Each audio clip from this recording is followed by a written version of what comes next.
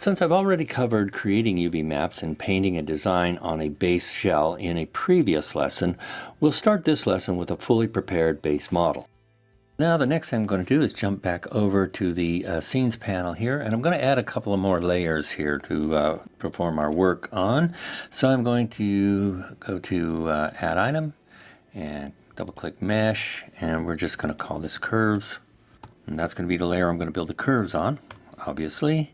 And I'll hit N to add actually another new layer, and that's going to be called MeshOps. There we go. Okay, now the next thing I want to do is just start adding some procedurals or MeshOps to the MeshOps layer. So I'm going to go ahead and open the Mesh Operations viewport right there. And the first operation I want to add is going to be called a merge mesh. And the merge mesh operation right there.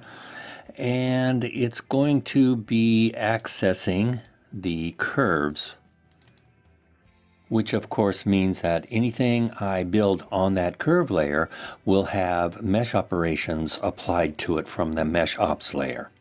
A layer right there, okay? So, and the next operation we want to add is going to be a UV transform. So I'm going to just type UV, and right at the very top, UV transform.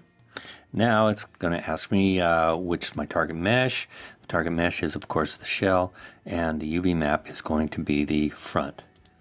Okay, so I think that's all I need right now to get started with this.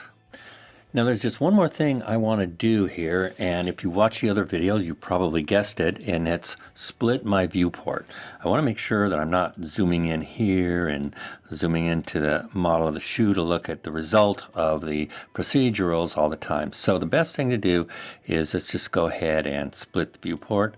And now I've already, if you haven't already done so, make sure that you have an independent center and scale and rotate all turned on. That will free you up to rotate this viewport independently of this viewport.